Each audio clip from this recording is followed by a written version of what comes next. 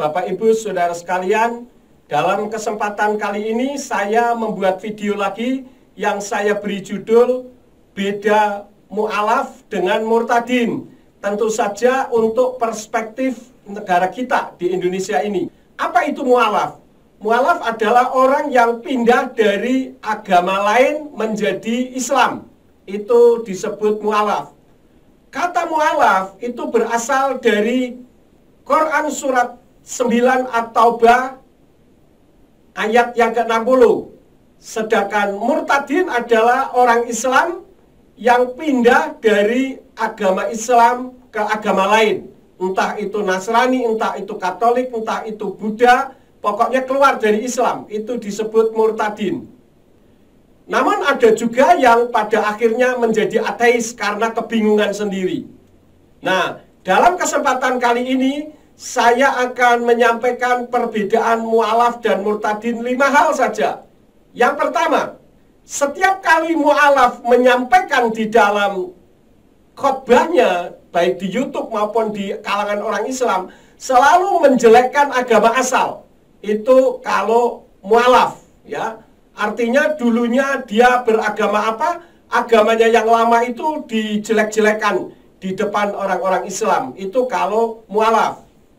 Saya pikir hal ini karena kecewa, baik kecewa terhadap masalah materi maupun kecewa akibat tidak memahami dalam menganalisa kitab yang diyakini sebelumnya. Sehingga dia ketika menjadi Islam, menjadi mu'alaf, maka dia menjelek-jelekan agamanya yang lama. Dan saya pikir hal ini tidak bagus, ya.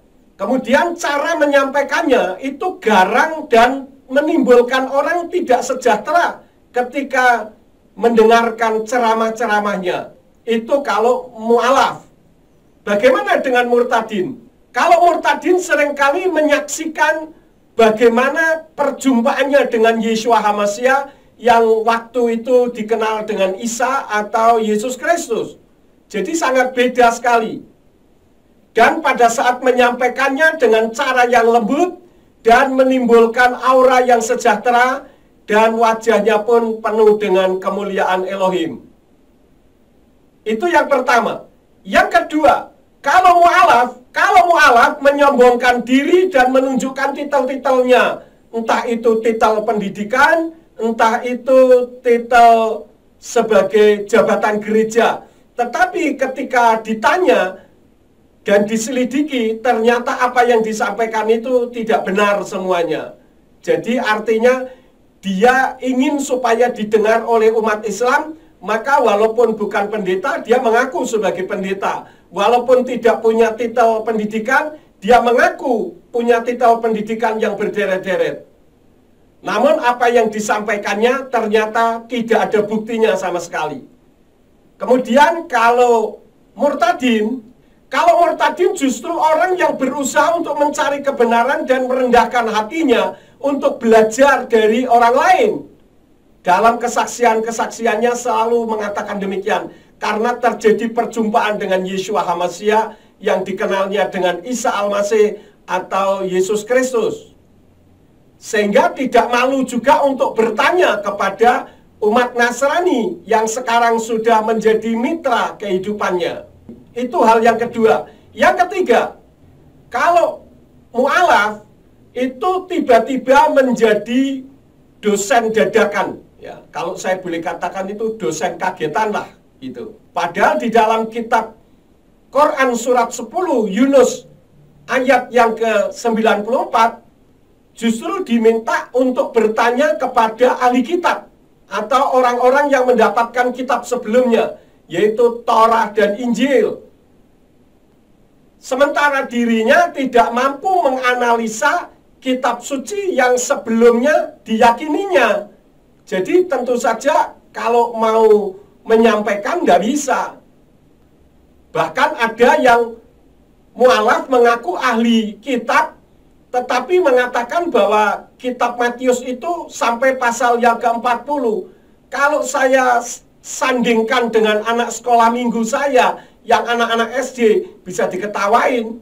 tetapi dia sudah berani mengajar dan mengaku diri sebagai ahli kitab. Mau tanya orang Kristen, orang Nasrani di seluruh dunia manapun, tidak pernah ditemukan ada kitab Matius atau Matae yang memiliki pasal sampai 40. Ini sangat memalukan sekali. Tetapi yang anehnya, umat Islam justru senang dibohongin. Sementara murtadin, mereka betul-betul mau belajar firman umat Nasrani yang masuk kepada Nasrani. Kalau masuk menjadi Hindu, ya mereka mau belajar kitabnya Hindu. Nah, ini sangat berbeda sekali. Kemudian hal yang keempat, kalau mu'alaf tidak ada ilmu Islam yang bisa dimunculkan. Karena itu apa yang bisa menjadi jualannya? Ya menjelek-jelekan agama asal. Ini yang memang bisa mereka lakukan. Sehingga ilmu Islam yang didalami sama sekali tidak ada. Karena memang paling baru 1-2 tahun menjadi Islam, menjadi mu'alaf, sudah jadi dosen dadakan, sudah jadi pengajar instan. Saya katakan ini pengajar kagetan. Sementara yang murtadin mengatakan bahwa saya mendapatkan banyak pengertian-pengertian baru dari agama sekarang yang saya yakini. Entah itu kitab suci umat Nasrani, entah itu kitab sucinya umat yang lain. Itu hal yang keempat. Yang kelima, kalau mu'alaf menghina bisa, tetapi ketika disanggah sudah marah, membuli, bahkan disangkut-sangkutkan ke ranah hukum atau melakukan persekusi. Ini kalau mu'alaf. Beda dengan murtadin. Kalau murtadin justru siap dibuli, siap diperlakukan tidak baik karena mereka menyadari bahwa inilah resiko untuk menerima kebenaran firman. Yang anehnya bagi saya, kenapa para mu'alaf ini berbeda dengan kiai-kiai sepuh? Saya sebagai seorang gembala sidang, sebagai seorang pendeta, saya kenal dengan beberapa teman saya, kiai-kiai muslim, yang ilmunya cukup tinggi, banyak belajar Al-Quran. Mereka dengan saya baik, mereka bisa menerima perbedaannya dengan keyakinan saya, dan mereka tidak membuli saya, saling menghormati, bahkan menganggap saya seperti keluarga. Tetapi yang saya anehnya, justru para mu'alaf ini lebih garang, lebih mengerikan daripada para kiai. Padahal kiai itu seharusnya yang lebih mengerti tentang Al-Quran. Jadi saya sarankan para mu'alaf sebaiknya belajar aja dulu dah. Beberapa tahun gitu, ada 10 tahun kayak atau 15 tahun, baru jadi pengajar. Itu baru kiai yang sesungguhnya, bukan kiai instan. Nah, saya kira ini saja yang saya sampaikan kepada Bapak Ibu Saudara sekalian. Kiranya video ini menjadi berkat. Apabila video ini memberkati Bapak Ibu Saudara sekalian, tolong klik like, subscribe, dan jangan lupa klik loncengnya. Sehingga ketika saya merilis video-video baru, Bapak Ibu Saudara sekalian mendapatkan yang pertama. Dan bahkan bisa memacu kami untuk membuat video-video lain yang bermanfaat. Terima kasih saudara sudah menyaksikan video ini. Bapak Yahweh Besem Yesua Hamasya Weruah HaKodes memberkati saudara sekalian. Amin.